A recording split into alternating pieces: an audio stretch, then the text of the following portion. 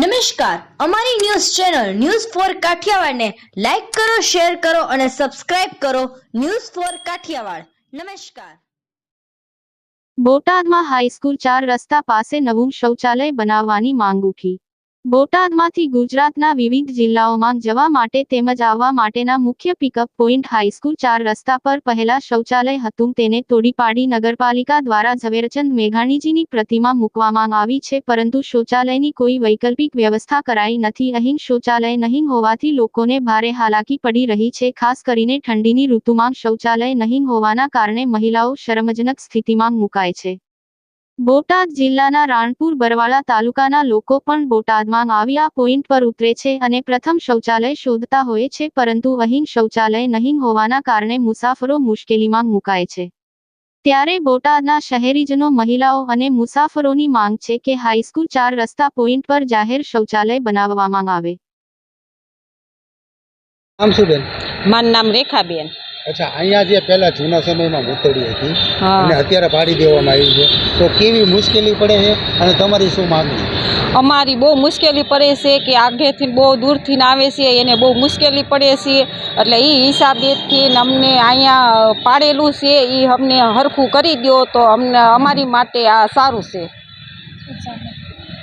મારું નામ દક્ષાબેન છે. દક્ષાબેન, તમે અત્યારે ક્યાં શું કરો છો? શું અહીંયા અમે નોકરી કરીએ છીએ. અમારે અહીંયા એક શૌચાલય બનાવવામાં આવ્યું હતું, હા, એ તોડી નાખવામાં આવ્યું છે. હા, એ તોડી નાખવા એટલે અમારી માંગ એવી છે કે શૌચાલય એક બનાવી દો તો મહિલા માટે સારું છે. અમારી માટે ખાસ કરીને આમ ગામડામાંથી આવતા મહિલાઓ એમને તકલીફ પડે છે શૌચાલય માટે, એટલે એક જરૂરી છે શૌચાલય બનાવવા માટે. કઈ જગ્યાએ બનાવવું? આ હાઈસ્કૂલના ખૂણે, સરકારી હાઈસ્કૂલ છે ને એમના ખૂણે. દિલીપ ચૌહાણ. આજે કોઈ શૌચાલય માટેની રજૂઆત છે, મુશ્કેલી પડે લોકોને, કેવી હકીકત, શું માંગણી છે? હવે હકીકતમાં તો એવું છે, આ મેન પોઈન્ટ છે. અહીંથી સુરત, વડોદરા, મુંબઈ, અમદાવાદ બધા રૂટનું વાહન અહીંયા ચાલે છે. બાકીનું 52 ગામડાનું હટાણું છે. એટલે પરિસ્થિતિ એવી ઊભી થાય છે કે કોઈ પણ વ્યક્તિ બહારથી સુરતની બસમાંથી ઉતરે કે અથવા અમદાવાદ, વડોદરા કોઈ પણ રૂટના લાંબા રૂટથી આવે અને ઉતર્યા પછી એ લોકોને તકલીફ હોય શૌચાલયની, કે ભાઈ બેન દીકરીઓ હોય કે જેન્ટ્સ હોય એને શૌચાલય કે મૂતરણી માટે જવું પડે તો પહેલાં પ્રશ્ન કરે કે ભાઈ અહીંયા ક્યાં છે, તો અહીંયા એવું કોઈ જગ્યા છે ને એને એક હતી એ પાડી દેવામાં આવી છે. તો હવે પરિસ્થિતિ એવી થાય કે જેન્ટ્સ તો સમજાય કે હાલો ભાઈ આડા અવળા ગમીને દિવાલે ગમીને આવે છે. હવે લેડીઝને તકલીફ છે તો લેડીઝ માટે શું કરવું? તો અમારી જનતાની એવી માંગ છે કે અહીંયા શૌચાલયની આ જે જગ્યા પડી છે, શૌચાલય બનાવી નાખો તો જનતાને કોઈ તકલીફ ન પડે અને બેનું દીકરીઓને રાહત રહે. શું નામ તમારું? મારું નામ ચંદ્રકાંત. અહીંયા શું મુશ્કેલી શું છે તમારે? અહીંયા હાઈસ્કૂલના ખૂણે જે મૂતડી જૂની હતી, અત્યારે મૂતડી પાડી દેવામાં આવી છે, એટલે એ મૂતડીની તકલીફ પડે છે લોકોને, અને ક્યાં પેશાબ કરવા જવું એ તકલીફ પડે છે. ખાસ કરીને કોને કોને વધારે તકલીફ પડે? વધારે બહેનો માટે વધારે તકલીફ પડે છે.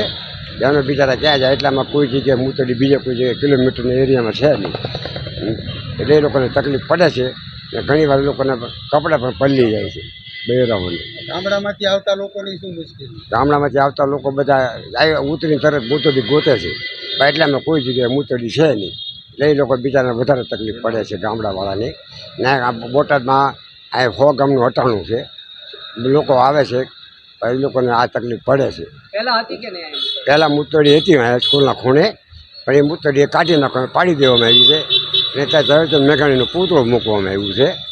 એટલે હવે જો અત્યારે મારી માંગ એ છે કે મૂતળી બનાવવામાં આવે, ઓલી ભલે પૈસાથી લોકો પર જાય એ ટાઈપની મૂતળી બનાવવામાં આવે ને નગરપાલિકા કે કોઈ બનાવે તો એના માટે સારું છે આ લોકો માટે. મારું નામ મેઘજીભાઈ તલસાણિયા અને બોટાદ શહેરના આમ જનતા તરીકે હું એક નમ્ર વિનંતી કરું છું કે ભાઈ ઝવેરચંદ મેઘાણીની જે પ્રતિષ્ઠા મૂકી એમાં કોઈ બોટાદની જનતાને કે કોઈને વિવાદ છે નહીં, પણ જે વર્ષો પહેલાંની આ મૂતરણી હતી, શૌચાલય હતું, એ આમ જનતાનું નગરપાલિકાએ જે દૂર કરી અને બોટાદની જનતા કે બહારની જનતા જે આ મેન પોઈન્ટ છે સાળંગપુર રોડ માથે હાઈસ્કૂલ પાસે, ત્યાં તમામ વ્યક્તિઓ બસોમાં ઉતરતા હોય, બહેનો દીકરીઓ બધાય તો એ લોકોને એટલી અગવડતા પડે છે. અમને અવારનવાર પૂછતા હોય છે, ભાઈ અમારે પેશાબ પાણી કરવા જવું છે તો ક્યાં, અમે પછી નો છૂટકે બહેનોને કહેવી બાજુમાં જે કોરટ જૂની છે એની પછવાડે તમે બહેનો વિવા જાઓ. તો આમ જનતાની એક માગ છે કે આ બસ સ્ટેન્ડ જે બનાવેલું છે એ બિનજરૂરી છે. એ જગ્યાએ બોટાદ નગરપાલિકાના જે પદાધિકારીઓ જે છે એ તાત્કાલિક ધોરણે અહીંયા શૌચાલય મહિલાનું અને પુરુષનું બનાવી દે તો કોઈ દિવસ આમ જનતાને તકલીફ નહીં પડે. આટલી અમે બોટાદની જનતા વતી અને નગરપાલિકાના ચીફ ઓફિસર પ્રમુખશ્રીઓને જે તે બોર્ડમાં બેઠેલા વ્યક્તિઓને વિનંતી કરવી છે તાત્કાલિક આ ધોરણે અહીંયા આ મૂતણી અને શૌચાલય શરૂ કરે એવી નમ્ર વિનંતી કરું છું.